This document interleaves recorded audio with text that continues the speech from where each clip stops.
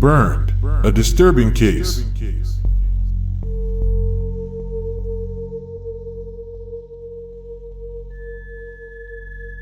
I want to confess that in all my years as a detective, I have never had a case as enigmatic, controversial, and terrifying as the one I am about to tell. Without a doubt, it was something that marked me for life. At night, I pray to God and ask for the souls that could not be saved from that tragedy, that He may welcome them into His holy kingdom.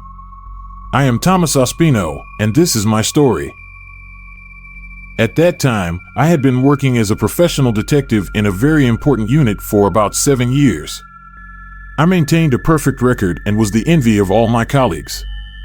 Some would sometimes joke that I must have a trick to never leave a case unsolved. I would just laugh, especially when they made comments like I was one of those people who did everything perfectly, and that such people were very rare. Their compliments lifted my spirits every time I closed a case. I was investigating a minor case. According to my boss, it was a way to lighten my workload, and I was taking things slowly. I can't recall exactly what it was about, so I prefer not to give details of something that I will leave unfinished and in the air. In any case, that was not the case that marked my life. The one I am talking about began with a hunch when I was walking down the sidewalk and saw a bunch of people running towards a specific direction.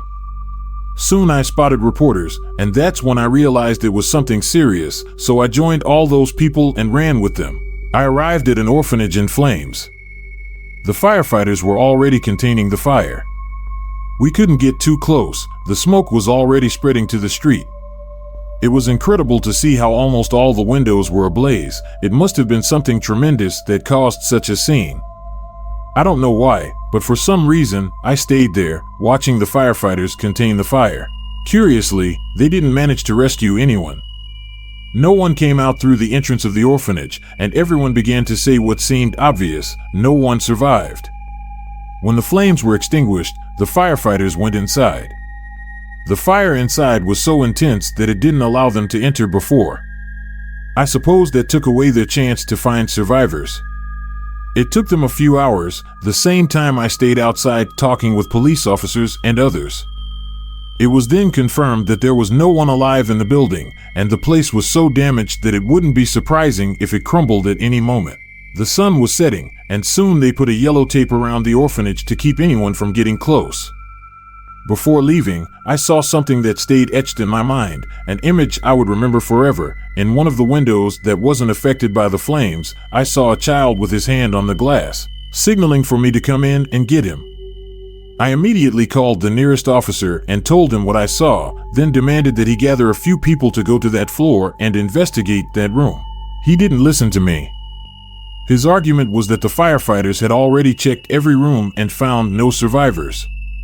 I wanted to punch him in the face for being so incompetent, and the worst part was that they didn't even let me go in. It was already a restricted area, and even though I was a detective, that case hadn't been assigned to anyone. I had no authority or jurisdiction there. I left the place with a bitter taste, and when I looked back at that window, the child was no longer there. That night I was restless. My principles and ethics didn't allow me to sleep peacefully knowing that the only survivor was in that burned orphanage, and no one dared to do anything. I tried to clear my mind and wanted to believe that maybe it was an illusion, a mirage, or a farewell of the little one's soul before going to heaven with God.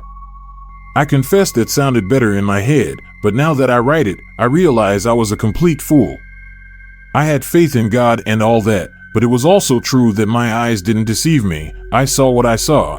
In the end, after so much thinking, I managed to fall asleep. I needed to rest to have all my senses alert. I was going to interrogate some people about the case I was assigned, and I couldn't have my mind elsewhere. The next day, I was surprised when I arrived at the unit. My boss, the director, called me into his office and told me he had something to discuss with me. Once we were both there, he revealed that he had relieved me of the case he had assigned me and handed me some documents to then tell me that I had a new case to work on from that moment. Yes, it was the orphanage case. I was speechless for a moment, and then I asked why such a sudden transfer. It was the first time they did something like that with me. He said the pressure from the higher-ups was immense, many children died, and they needed to know what happened. No one believed it was an accident, and the experts couldn't find a single clue indicating a gas leak or anything. With nothing more to say, I accepted the new case. The director thought he would motivate me by telling me I would get a bonus for accepting, but honestly, I didn't even pay attention to that. The first thing I did after leaving was to head to the orphanage. As it was a case assigned to me, I had all the authority in the world to enter and leave whenever I wanted. I went with the idea that if that child was still in that room, I could rescue him, and it would become the news of the day, the week, and even the month, but the most important thing was the child's life. When I arrived at the orphanage, I came face to face with two officers guarding the entrance. One of them was the one who had denied me access the day before. He saw me, and it wasn't even necessary to say anything. Someone must have informed him that I was the detective in charge of the case, so words were unnecessary.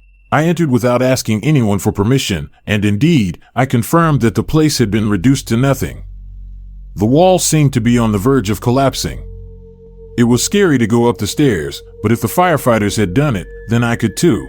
I climbed slowly while trying to memorize the floor number and roughly the room where I had seen the child. I was calling out as I passed, hoping that someone would respond and I could immediately come to their aid. Unfortunately, I didn't have such luck. I felt like a fool, perhaps denigrating the work and search carried out by the firefighters. I focused on reaching that room, and when I did, I noticed it had been barely affected by the fire. A few stains on the walls and the door, but nothing more. What was curious and incredibly strange was that on the window glass, I found the marks of a hand that had been left behind. They were a child's. Apparently the dust and smoke had prevented them from being erased. Inside, I could only think that maybe that little one was still alive somewhere in the orphanage, and I dedicated myself to searching for him. I had to find him no matter what, because in my mind, that mark on the glass was the greatest evidence that someone had survived. The terrifying part began when I left the room. The door behind me closed without a breeze or anything. It wasn't normal, not at all. I wasn't scared, though. I continued walking with the intention of reaching the next room, but then I heard a voice behind me telling me to leave, that I was not welcome there. I immediately turned around, and at the end of the corridor, I saw a woman with burned clothes, almost exposing undesirable parts of her body. Her face adorned with a peculiar smile, and she kept telling me to get out of there. I don't know why, but in a short time, I understood that she wasn't a survivor, but something beyond my human comprehension of what could be real and what evidently wasn't. That's when I felt fear. It was clear that my presence was bothering her in some way, and the worst part was that the stairs were a few meters away. I had to walk and approach her to be able to go down them. I thought about it for a few seconds until something invisible struck me on the back, causing me to fall face down. That was the trigger for everything. I didn't hesitate or think twice to run and reach the stairs, not caring about the presence of that strange woman. I descended those stairs with tremendous speed. All I wanted was to get out of there. Some malignant energy must have been trapped, and it was clear that it didn't want me nearby. When I managed to exit the orphanage, I felt an inexplicable calm. The environment changed completely, and the heat turned into cold in a matter of seconds. I didn't even try to find an explanation for why this was happening. It was the same with the woman in the corridor and the thing that hit me on the back. I understood at that moment that this case would be one of the most difficult of my life, and I considered giving up on it. I quickly realized it wasn't worth risking my life to find out what caused the fire. There were no survivors anyway, just a pressure on the director's shoulders and the impossibility of simply saying that the fire was an accident. They didn't even reveal to me why they couldn't just say that. Trying to understand my superior's actions would get me nowhere. Besides, I couldn't deceive myself. I still thought that the child who survived somehow was in that building. I know I had the tools to stage a false scene and lie about the fire's origin to avoid having to return to that terrifying orphanage, but my principles prevented me from doing so. It was neither morally nor ethically correct, and I discarded it completely in no time. I returned to the unit, and that's when I started reviewing the documents handed to me about the case. I looked at the files of the deceased children and the staff who were inside at the time of the fire. I couldn't review everything. Shortly after, I was informed that there was indeed a survivor, a little one who was in a hospital. Apparently, he was taken out shortly after the fire started, so he was slightly affected, nothing serious, but under observation. I had many doubts at that moment, such as why only one child was rescued out of more than 30 who lived there. As soon as they gave me the name and address of the hospital where he was, I headed there as quickly as the taxi could drive. The questions in my mind grew increasingly. I didn't understand how only one child managed to escape. It was evident that whatever caused the fire was something serious, not an accident or anything. I confessed that my first deduction was that I had to find those responsible, but it was complicated knowing that all those inside had died, or almost all.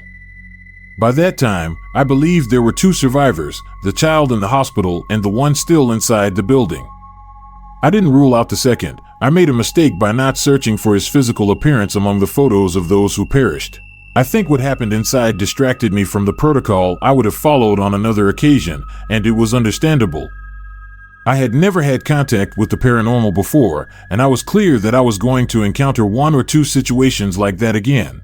Finally, I arrived at the hospital, and I had no trouble getting in. Showing my badge was more than enough. I went up to the room where the child was, and there he was. As an orphan, he had no family with him. According to what I learned, the authorities were looking for a way to place him in another orphanage since he was the only one left. I sat beside him, told him I was a detective, and that I was investigating what caused the fire that claimed so many innocent lives. Sadness was reflected in his eyes. It was clear that the question made him uncomfortable, but when he looked at me, I realized he wasn't going to refuse to talk, and he didn't. He told me he would share everything he knew, and I began by asking how he managed to escape when the others did not. He took a deep breath and drank from a glass of water beside the bed. Then he focused back on me and said the fire was not an accident, and he was already running to get out before the flames appeared to destroy everything in their path. I was intrigued by every word he said, knowing I had to pay close attention, and I almost didn't blink while listening to him. He continued by saying that it all began with the visit of 2 strange women to the orphanage, who, according to him, were there to adopt a couple of children, which is why they all gathered in one room. That explained why it was so easy to find the bodies and almost none in the rooms. They weren't there. I asked him to tell me more about those 2 women and why he described them as strange. According to Pedro, the person in charge of the orphanage never left them alone with anyone, but with those 2, she made an exception without hesitation. He then confessed that he felt fear when one of them said they would take everyone, but not necessarily out of the orphanage. He was opening up to me. I didn't even have to ask him more questions because he was telling me everything in detail. Those women had a device, according to Pedro, and that was what caused the fire. That's when I felt the need to ask how he knew all this and still had time to descend all those floors before the flames could reach him and kill him. He said that the women's plan was to burn everyone there and then escape, but a child intervened, one who didn't belong to the orphanage. He struggled with one of the women, and the others joined in. At that moment, Pedro ran to get help, and before reaching the first floor, he heard the explosion from above. Some flames did manage to burn part of his arm, but some people helped him as he left the building, and the damage wasn't severe. That was all he knew, and with that, I had a new perspective on the case. The first thing I needed to do was investigate the women who entered the orphanage and see if they left or also perished inside.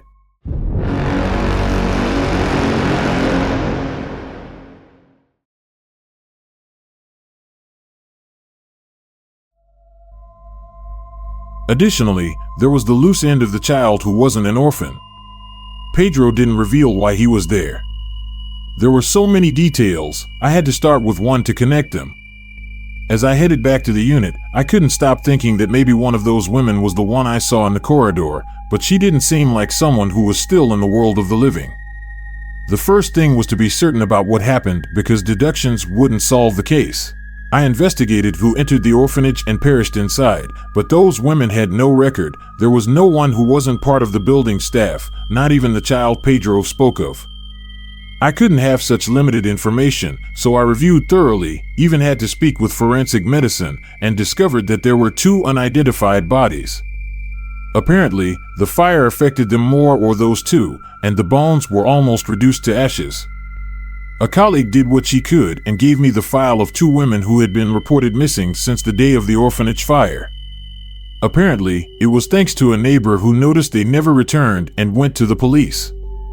I got the address of their house and went there immediately. I didn't care that the sun was setting on the horizon. I had to get to the bottom of it all. Honestly, I must confess, I would have liked to find a pair of women in that house. According to the reports, both lived together with no one else to accompany them. If I had been wrong, everything would have been better for me. The case would have taken a different turn, saving me from many events I would like to erase from my past. Unfortunately, fate had other plans for me. I knocked on the door of the house, and no one answered. A neighbor approached and told me that since they left, they hadn't returned, and it had been over a day. I tried the handle, and it gave way. It wasn't locked. I entered, but the neighbor returned to his home. He didn't care or have any interest in what I was going to find there. The living room appeared normal, a bit clean. It did seem that someone had been there not long ago. A single day wasn't enough for the place to be filled with dust or cobwebs. I didn't notice any danger, so there was no need to draw my weapon. I called out several times to confirm that there was no one, and no one responded. I checked the kitchen, finding nothing, and then proceeded to the bedrooms. There were 3. In 2 of them, everything was in perfect condition, nothing suspicious, but the third had a very thick lock that prevented entry. I had to find some tools to force it open. What I saw inside left me stunned, a red room with strange symbols painted on the walls accompanied by pentagrams and drawings of demons everywhere. In a corner, there was an altar with candles that were still burning, and it seemed they would continue to do so because the wax didn't appear to be melting. I confirmed it was the house of the 2 women because there was a portrait of them, which I considered taking to the hospital where Pedro was to ask him if they were indeed those 2. That wasn't necessary. On a nightstand, I found a diary. It detailed the activities of both women, and it clearly stated that they were going to start a fire in the orphanage to offer the souls of all those children to the demon they worshipped. According to the diary, that artifact they detonated was to be given to one of the children with clear instructions to allow them time to escape. This was the same version Pedro had given me, except he detailed that a child who was not an orphan refused to stay and watch and attacked them, causing the others to join in and the artifact to accidentally detonate, giving Pedro time to escape and tell me what really happened. I got the impression that perhaps the people who helped him in the street didn't know he was an orphan from that orphanage, and that's why no police came to the hospital to interrogate him. The diary was the definitive proof that implicated those 2 deceased women and closed the case. I put it in my bag and left the room. It was then that I encountered a small girl dressed in white, staring at me in the middle of the hallway. I didn't even need to ask her if she lived there. Her skin was extremely pale, and her presence made me feel very cold. I don't know how to describe it in detail, but it was the same sensation I felt when I saw that woman in the orphanage corridor.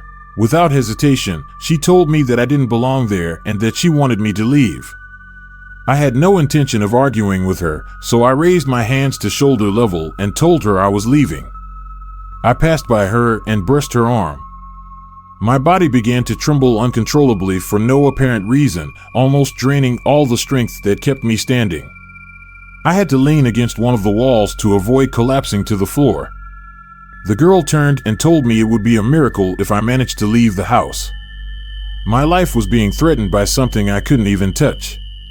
It was getting harder to breathe, and in the end, I fell to my knees and tried to reach the door in that position. I considered drawing my weapon and firing at the girl, but before I realized it, she had already disappeared. The furniture in the living room began to move from side to side, and some chairs were thrown through the air at me by something I couldn't see. The wood splintered upon contact with the green-painted cement, and some pieces fell on my back. In my mind, the only idea was that I would save him if I got out of that house, but for every inch I advanced, the chaos inside worsened. The lights flickered until 2 bulbs exploded into pieces. The night was dark, the sun had set. If the last light had gone out, that would have been my end. But fortunately, the neighbor heard all the noise and came to see what was happening. When he entered the house, everything calmed down instantly, and my strength returned.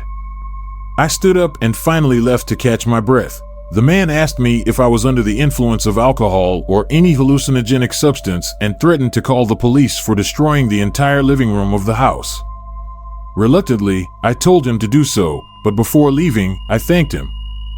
He didn't understand why, and I wasn't going to explain, but he had saved my life without even knowing it. I returned to the unit and spoke with the director. I showed him the diary and saw the smile on his face.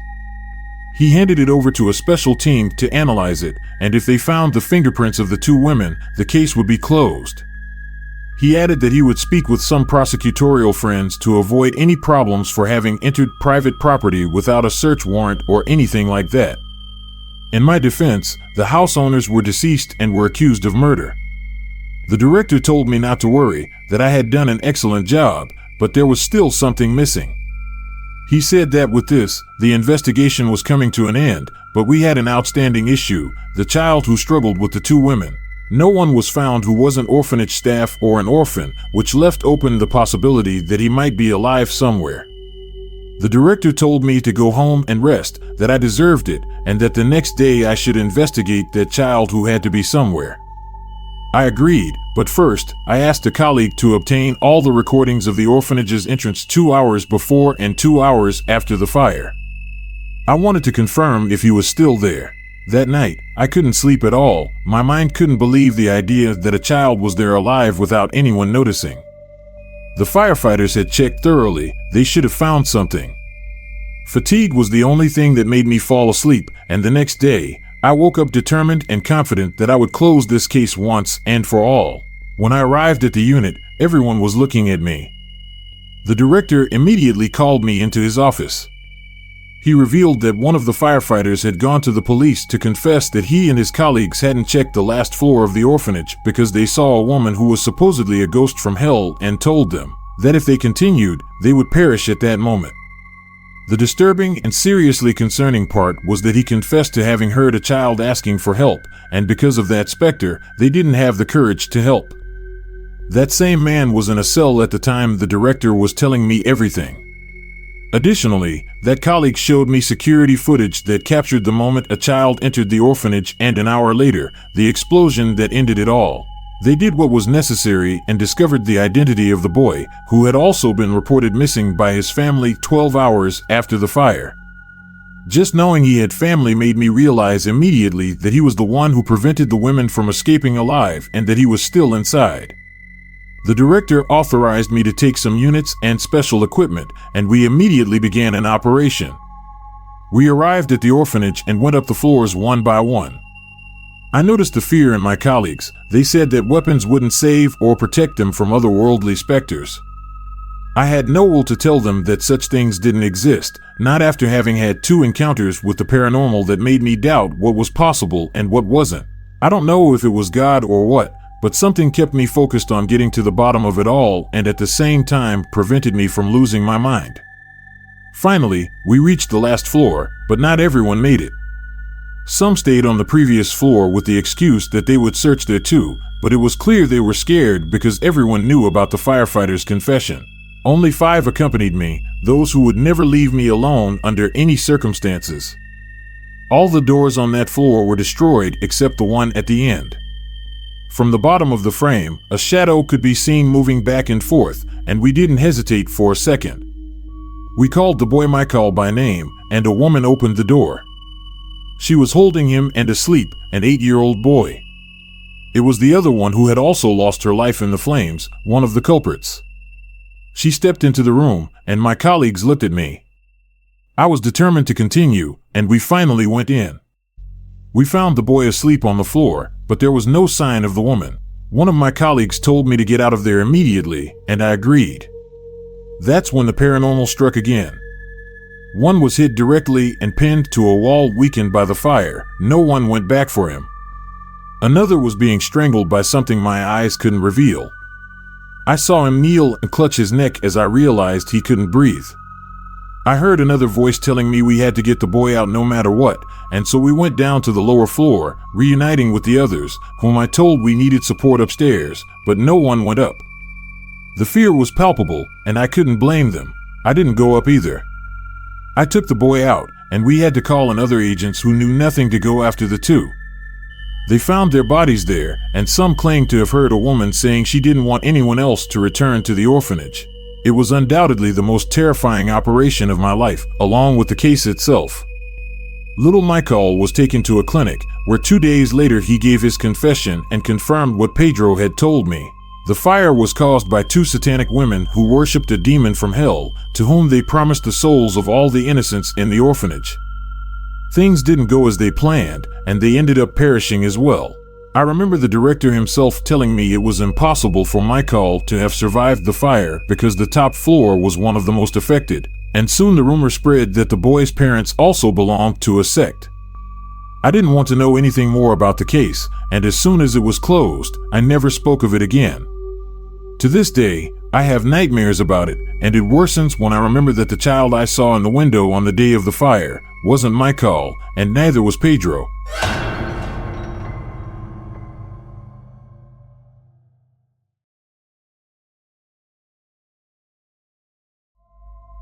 Friends, thank you very much for staying with me until the end of this terrifying story. Don't forget to subscribe, activate the bell for all notifications, and if you enjoy these kinds of stories, share them with your friends. That would help me a lot. See you in the next episode of Dark Secret.